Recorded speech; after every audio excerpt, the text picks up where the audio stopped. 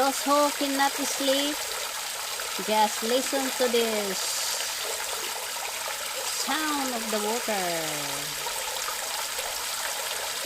To all viewers, subscribers, thank you for all your support.